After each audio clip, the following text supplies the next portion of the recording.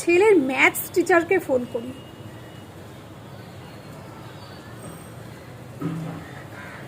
হ্যাঁ hello sir, অভিরাজের মা বলছি। হ্যাঁ, আপনার সঙ্গে না কিছু কথা ছিল, যেটা সামনাসামনি বলা যায় না, ছেলের সামনেও বলতে কেমন বুঝতেই পাচ্ছেন, হাজব্যান্ডের সামনেও বলা যায় না, আমি সেটা ফোনে বলতে চাই। একটু মন দিয়ে আপনি একটু শুনবেন, আপনার কোনো অসুবিধা নেই তো?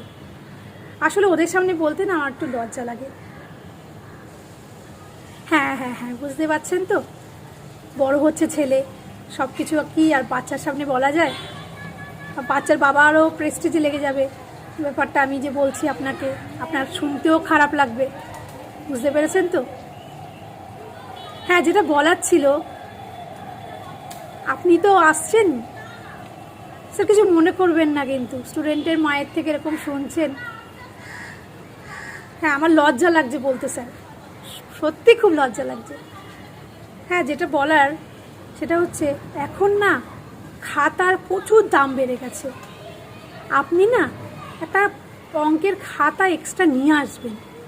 আপনি আপনি কেন আমার ছেলের খাতায় প্র্যাকটিস করে দেখাবেন বলুন? আপনি আপনার খাতায় প্র্যাকটিস করুন, আর আমার ছেলে তার খাতায় প্র্যাকটিস করবে। আপনি আমার ছেলের খাতায় প্র্যাকটিস করছেন, পৃষ্ঠাগুলো তো বুঝতেই পাচ্ছেন কত দাম হয়ে গেছে খাতার।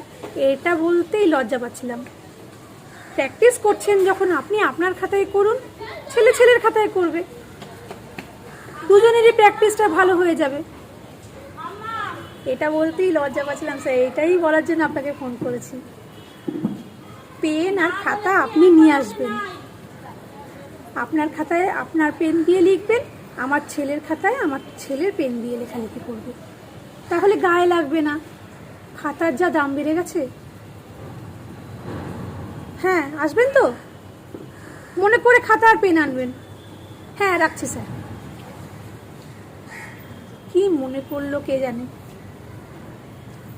যা যা দিন পড়েছে, যা দিন আসছে, জিনিসপত্রের যা যা দাম বাড়ছে, খাতার দামও কত বেড়ে গেছে। কিছু ভুল বললাম স্যারকে? স্যারের খাতায় স্যার করবে, আমার ছেলের খাতায় ছেলে করবে, আমার বর আবার শুনলে আবার এগুলো নিয়ে ডাকাডাকি করবে।